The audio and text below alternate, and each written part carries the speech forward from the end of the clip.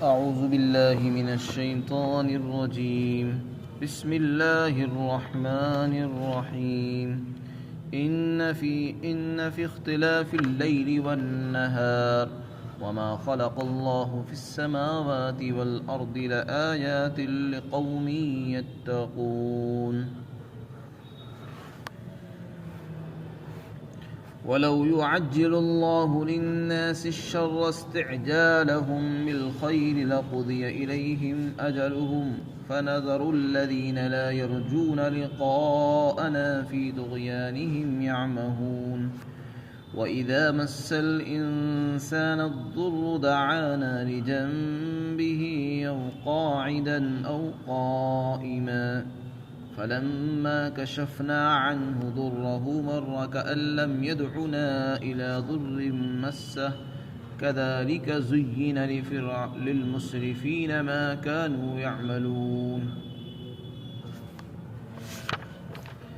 بے شک رات اور دن کے آگے پیچھے آنے میں اور جو اللہ نے آسمانوں میں زمین میں پیدا فرمایا ہے ان سب میں نشانیاں ہیں ان لوگوں کے لیے جو تقوی اختیار کرتے ہیں، اللہ سے ڈرتے ہیں. اس آیت شریفہ میں اللہ تعالیٰ نے اپنی قدرت کی نشانیوں کے متعلق فرمایا کہ ہم نے جو رات اور دن بنائی اور مخلوقات کو پیدا فرمایا، زمین آسمان میں بے شمار چیزیں پیدا فرمائی ہیں، ان میں اللہ کی قدرت کی اور اس کے ایک ہونے کی، اس کے خالق اور مالک ہونے کی، اس کے معبود ہونے کی نشانیاں موجود ہیں. بڑی بڑی دلائل، بڑی بڑی نشانیاں اور علامتیں موجود ہیں. نشانیاں تو سب کے لیے ہیں، لیکن فائدہ ان سے وہی اٹھائیں گے جو اللہ سے ڈرنے والے ہیں. کیسی نشانیاں ہیں؟ بار بار قرآن میں یہ بات آتی رہتی ہے کہ دیکھو رات دن میں نشانیاں ہیں، پہاڑوں میں نشانیاں ہیں، زمین آسمان کے بنانے میں نشانیاں ہیں. ان نشانیوں کا مطلب یہ ہوتا ہے اللہ تعالیٰ ایک ہے، اللہ تعالیٰ اکیلا ہے اور اس دنیا کا کوئی چلانے والا ہے. تو یہ ساری چیزیں اس کے وجود کو بیان فرماتی ہیں اور یہ بتاتی ہے کہ اللہ تعالیٰ ان کا خالق ہے، مالک ہے. کیونکہ اتنا بڑا جو نظام چل رہا ہے، ہزاروں سال ہو چکے ہیں، سورج اپنی مقصد منزل کی طرف کو رواں دوا ہے، روزانہ اپنے وقت پر نکلتا ہے اور ڈوب جاتا ہے، اور کبھی اس میں مرمت کی ضرورت پیش نہیں آئی، کبھی اس میں رنگ اور روغن کی ضرورت نہیں پیش آتی، کبھی اس میں ٹوٹ پھوٹ نہیں ہوتی. اسی طرح زمین آسمان ہزاروں سال سے اپنے جگہ پر قائم ہے. تو ایسا نہیں ہو سکتا کہ یہ خود بخود ہو گیا سب.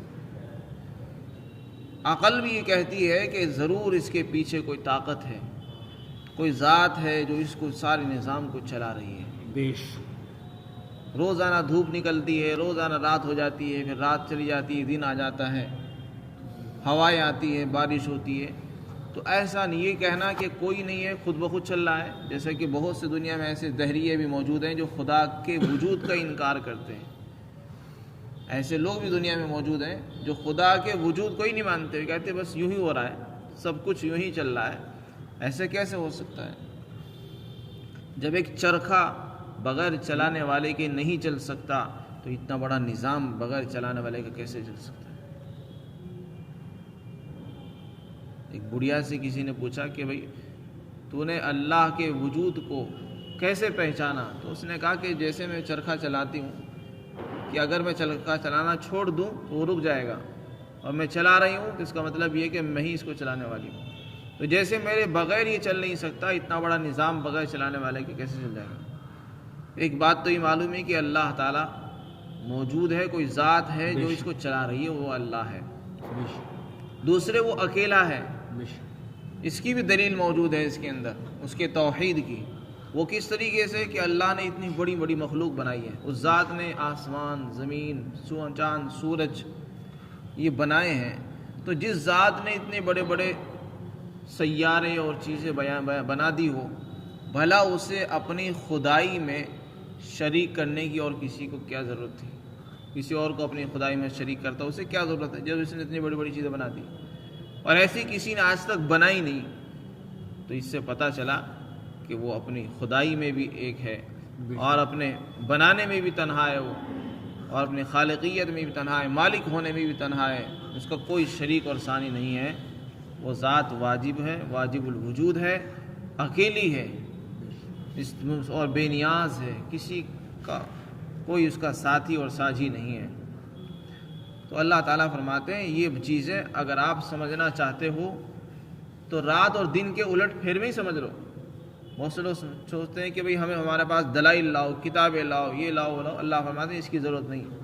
رات اور دن میں دیکھ لو، غور کر لو کہ ابھی دن نکل رہا تھا، سورج چمک دمک رہا تھا، اس کی روشنی سے پورا عالم جگمگا رہا تھا، لوگ اپنے کاروبار میں لگے ہوئے تھے، کوئی جا رہا ہے کوئی آ رہا ہے۔ جیسے ہی سورج چھپ گیا رات شروع ہو گئی، اندھیرا چھا گیا۔ یہ کس نے کیا ہے؟ یہ کون سی ذات ہے جو اندھیرا لے کر آئی؟ ہے کوئی دنیا میں جو اندھیرا لے آئے؟ ہے کوئی جو دنیا میں روشنی پیدا کر دے؟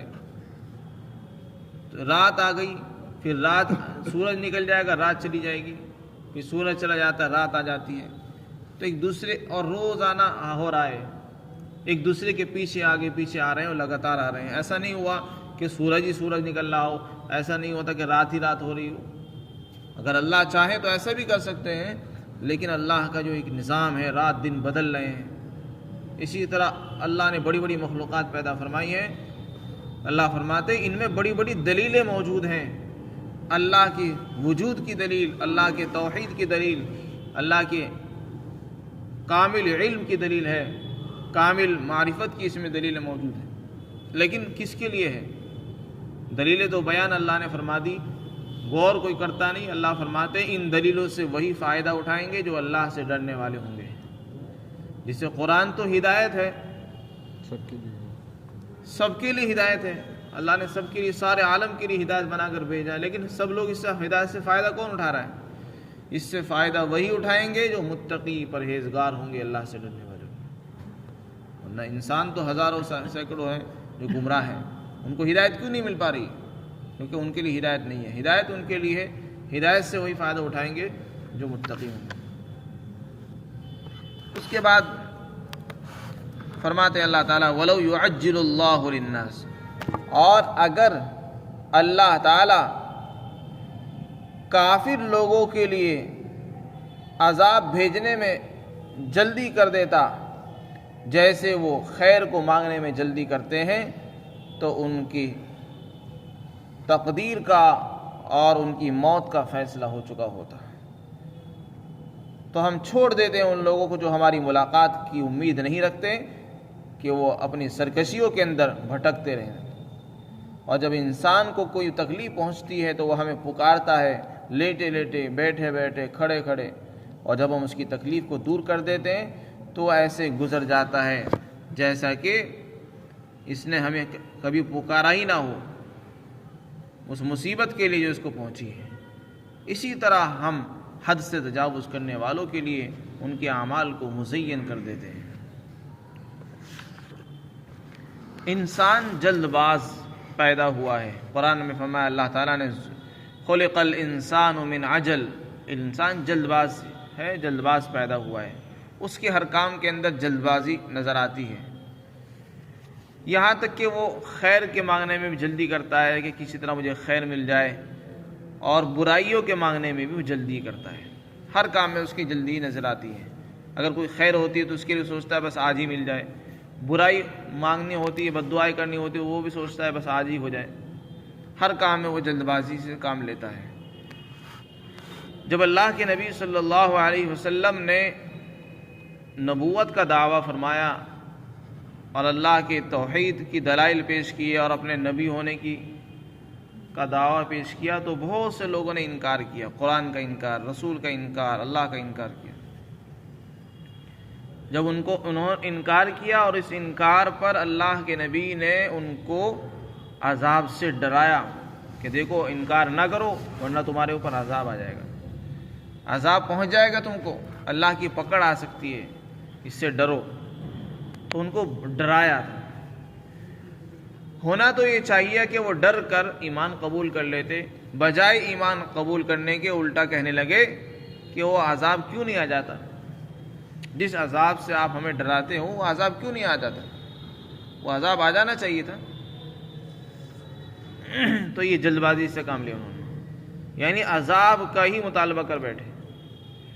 ان کا یہ مطالبہ کرنا کہ عذاب کیوں نہیں آتا، یہ اس لیے نہیں تھا کہ ان کو یقین ہو گیا تھا کہ واقعتاً عذاب کوئی سچی چیز ہے اور اللہ تعالیٰ کے اوپر کوئی یقین ہو گیا تھا، اس لیے نہیں تھا، بلکہ استہزاء کے لیے تھا، تکذیب اور جھٹلانے کے لیے تھا کہ تم دعوے تو کرتے ہو عذاب آ جائے گا، ہمارے اوپر تو کہیں عذاب نہیں آ رہا۔ یہ صرف استہزاء اور مذاق کے لیے اس طرح کہا کرتے تھے۔ قرآن میں کئی جگہ اللہ نے فرمایا وَيَسْتَعْجِلُونَكَ بِالسَّيِّئَةِ قَبْلَ الْحَسَنَةِ، اور یہ لوگ عافیت سے پہلے برائی کے بارے میں جلد بازی سے کام لیتے ہیں۔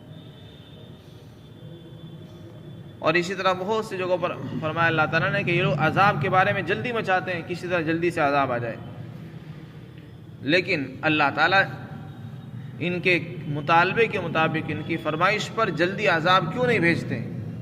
کیا اللہ قادر نہیں ہے؟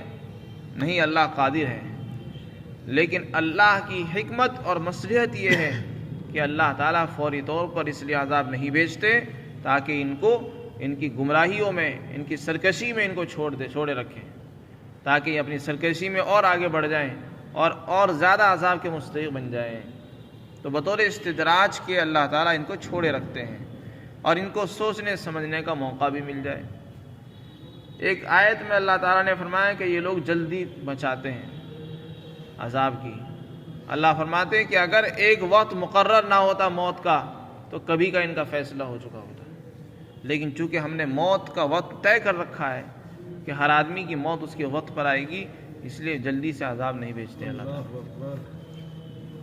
ورنہ تو اگر ان کے مطالبے کے مطابق عذاب بھیج دیا تھا تو کبھی کے یہ مر چکے ہوتے ہیں، کبھی کا ان کا فیصلہ تمام ہو چکا تھا۔ تو دیر سے عذاب بھیجنے میں حکمت ہے، ایک تو یہ کہ ان کو سوچنے کا موقع ملتا ہے، جو لوگ سوچنا چاہتے ہو، ایمان لانا چاہتے ہیں، ان کے لیے موقع مل جاتا ہے، مہلت مل جاتی ہے، اور اگر فوراً عذاب آ جائے تو سوچنے سمجھنے کا موقع نہیں۔ دوسرے جو لوگ عذاب ایمان لانے کا ارادہ ہی نہیں رکھتے تو ان کو اور سرکشی میں چھوڑ دیتے ہیں، ڈھیل دے دیتے ہیں، ٹھیک ہے وہ اور زیادہ بڑھ جائیں سرکشی میں، گناہوں میں اور آگے بڑھیں، تاکہ ان کو اور زیادہ بڑا عذاب ملے، اور زیادہ عذاب کے مستحق بنے وہ۔ تو یہ حکمت اللہ تعالیٰ نے یہاں پر بیان فرمائی ہے، ورنہ اگر ان کے مطالبے پر فوری طور پر عذاب بھیج دیا جائے تو کبھی کا فیصلہ ہو چکا ہوتا ہے۔ اللہ فرماتے ہیں اور اگر لوگوں کے جلدی مچانے پر عذاب اللہ تعالیٰ جلدی عذاب بھیج دیتا، جیسے کہ وہ خیر کے بارے میں جلدی کرتے ہیں، تو ان کے موت کا فیصلہ ہو چکا ہوتا۔ خیر کے بارے میں جلدی کرنے کا مطلب یہ ہے کہ انسان ہر چیز میں جلدی کرتا ہے، اچھے کاموں بھی جلدی کرتا ہے، اچھی چیز کا مطالبہ کرنا ہوتا ہے تو دعا کرتا رہتا ہے، سوچتا ہے بس آج ہی پوری ہو جائے۔ اسی طرح برائی کے بارے میں بھی جلدی بازی کرتا ہے۔ دوسری آیت میں اللہ تعالیٰ فرماتے ہیں انسان ایسا ناشکرا ہے کہ جب اس کو کوئی مصیبت پہنچتی ہے تو بس جیسی مصیبت آتی ہے تو پھر تو ہر حال میں ہر وقت اللہ سے دعائیں کرتا رہتا ہے، کھڑے کھڑے بھی، بیٹھے بیٹھے کیا، لیٹے لیٹے کیا، ہر حال میں ہر وقت کسی طرح دور ہو جائے مصیبت۔ اور جب وہ مصیبت دور ہو جاتی ہے، عافیت آ جاتی ہے، خوشحالی آ جاتی ہے، تو پھر ایسا ہو جاتا ہے منہ موڑ لیتا ہے جیسے کہ اس پر کبھی مصیبت آئی نہیں تھی، اب اللہ کو ایسا بھول بیٹھتا ہے۔ تو یہ عبدیت کی شان کے خلاف ہے۔ ہم انسان بندہ ہے، اس کو بندہ بن کے رہنا چاہیے، جیسے وہ مصیبت کے وقت اللہ کو پکار رہا تھا ہر حال میں، خوشحالی کے زمانے میں بھی اسی طرح اللہ کو پکارنا چاہیے۔ علماء نے لکھا ہے کہ ان دونوں آیتوں سے دو باتیں معلوم ہوئی۔ ایک بات تو یہ معلوم ہوئی کہ ایک آدمی کو، کسی بھی انسان کو برائی کی دعا نہیں کرنی چاہیے، اچھائی کی دعا کرو، خیر کی دعا کرو، شر کی دعا نہ کرو، اچھی چیزوں کے بارے میں دعا کرنی چاہیے، بری باتوں کے بارے میں کبھی دعا نہ کرے، نہ اپنی اولاد کے لیے، نہ اپنی مال کے لیے، نہ اپنی جان کے لیے۔ حضرت جابر رضی اللہ عنہ کی روایت ہے کہ رسول اللہ صلی اللہ علیہ وسلم نے فرمایا کہ تم اپنی مال کے لیے، اپنی جان کے لیے، اپنی اولاد کے لیے بد دعا مت کرو، ایسا نہ ہو کہ تم اپنی اولاد کے لیے بد دعا کرو اور وہ قبولیت کی گھڑی میں واقع ہو جائے، کیونکہ بعض گھڑیاں ایسی ہوتی ہیں کہ اس میں اللہ تعالیٰ دعائیں قبول فرماتا ہے اور تم اسی گھڑی میں بد دعا کر بیٹھو اور وہ قبول ہو جائے۔ تو اس لیے بد دعا کرنے میں جلد بازی نہ کرو، اور بد دعا تو کرنی ہی نہیں چاہیے، برائی کی دعا نہ کرو، ورنہ ایسا ہوگا کہ آدمی پریشان ہوگا بعد میں۔ تو اس آیت سے معلوم ہوا کہ آدمی کو خیر کی دعا کرنی چاہیے، برائی کی دعا نہیں کرنی چاہیے، نہ ہی اپنے اولاد کو۔ بہت سے والدین اپنی اولاد کو کوستے کاٹتے رہتے ہیں، برے برے دعائیں بد دعائیں ان کو دیتے رہتے ہیں، بعد میں پھر پچھتاتے ہیں۔ تو اولاد کے لیے بھی بری دعائیں کرنے کی اجازت نہیں ہے، ان کو اچھی دعائیں ان کے لیے کرنی چاہیے۔ وہ اولاد ہے، اللہ کی امانت ہے، ان کی تربیت کا حق والدین کے ذمہ ہے، ان کی تعلیم، ان کی تربیت، ان کو آداب سکھانا، یہ سب چیزیں ان کی ذمہ داری ہے۔ دوسری بات یہ معلوم ہوئی کہ آدمی جب بھی دعا کرے، ہر حال میں دعا کرے۔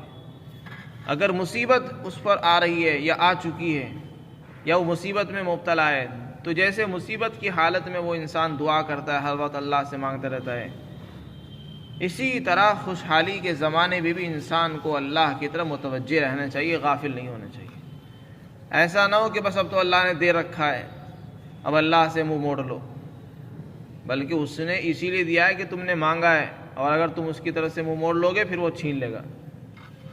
خوشحالی میں زیادہ مانگنا چاہیے، ورنہ یہ انسان کی عبدیت، شان عبدیت کے خلاف ہے کہ مصیبت میں تو مانگے اور خوشحالی میں اللہ کو بھول بیٹھے۔ یہ کافروں کا حال تھا کہ مصیبت میں مانگتے تھے اور خوشحالی میں اللہ کو بھول جایا کرتے تھے۔ ایسا نہیں کرنا چاہیے۔ اللہ فرماتے اور جب انسان کو برائی پہنچتی ہے تو وہ ہمیں پکارنے لگتا ہے، لیٹے لیٹے، بیٹھے بیٹھے اور کھڑے ہونے کی حالت میں، اور جب ہم اس کی مصیبت دور کر دیتے ہیں تو وہ ایسا گزر جاتا ہے جیسا کہ مصیبت کو پہنچنے سے پہلے پہنچنے کے بعد اس نے ہمیں پکارا ہی نہ ہو۔ اللہ تعالیٰ فرماتے ہیں یہ سب کچھ حد سے آگے بڑھنے کی بنیاد پر ہوتا ہے۔ یہ لوگ چونکہ کافر حد سے آگے بڑھتے ہیں ہر کام کے اندر، اللہ فرماتے حدود سے آگے بڑھنے والوں کے لیے ان کے کاموں کو مزین کر دیا گیا ہے۔ تو جو لوگ کافر ہیں، مشرک ہیں، وہ جب ان کی مرادیں پوری ہو جاتی ہیں تو اللہ کو بھول جاتے ہیں، گناہ بھی کرتے ہیں تو گناہ کو اچھا سمجھ کے کرتے ہیں کہ ہم بہت اچھا کام کر رہے ہیں، انہیں سمجھ میں نہیں آتا کہ ہم اچھا کر رہے ہیں۔ اللہ فرماتے ہیں ان کے کاموں کو ہم نے اچھا بنا کر پیش کر دیا ہے، اچھی چیز بنا دی گئی ہے۔ اللہ تعالی ہم سب کو عمل کی توفیق نصیب فرمائے۔